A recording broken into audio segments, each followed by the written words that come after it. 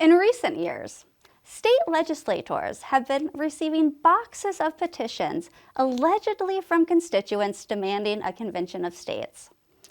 These petitions are computer-generated with names and addresses, but fail to include any signatures, phone numbers, or email addresses to verify. There are many legislators who have called some of these people and asked if they support a con and have found that a large percentage of them say they never signed the petition and are not in favor of a convention. Likewise, the emails received by legislators are computer-generated by the hundreds. Rarely do we receive a personal email from an actual constituent wanting a convention or articulating the supposed need for one. And if you don't believe this, hear from a state representative herself.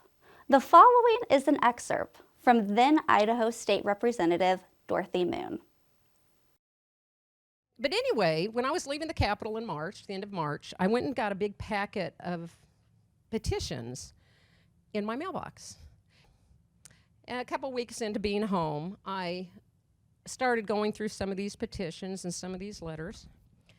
And it was interesting. I thought, Convention of State project. Don't tell me they're going to do this again. Oh, yeah, they're going to do it again. So anyhow, Representative Dorothy Moon, there were 141 online Convention of State petitions and 111 hard copies printed for you. So you had 252 petitions that want you to support a Convention of States. I thought, really?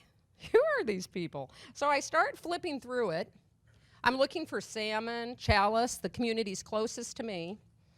And all of a sudden, I find one that says this lady's name in Chalice. And I thought, I know her. I know Tina. Why would Tina be signing this Convention of States petition? So I called her up. Now, mind you, there's not a signature here. It is a typed name and a typed address. And I thought, I said, Tina, I got the date. I've got it post-it. I'm kind of weird like that. I mark when I call people and when I got the response.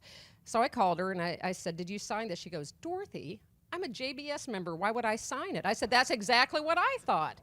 Fraudulent. Number one. Number two. Here's another one. This is from a precinct committee person in Clayton, Idaho, 35 minutes from my house. Paul, what are you doing signing this petition? What are you talking about, Dorothy? I never signed this petition. I said, well, I know you didn't. Your name's typed on there. Fraudulent. More fraud. There's another one. There were bunches of them. They never signed them. So what I think they do is they go through the voter rolls, they go to the Secretary of State's website, they accumulate the names, they just put them on there. So not only did I receive a packet full of names, so did every other legislator. There's 35 senators and we have 70 House members, and so we have a total of 105. 105 of them had a packet with probably 100 names of people who were supposedly in support of a Convention of States. And if there's fraud and deception on a handful that I pulled out of here, as far as I'm concerned, they're all fraudulent.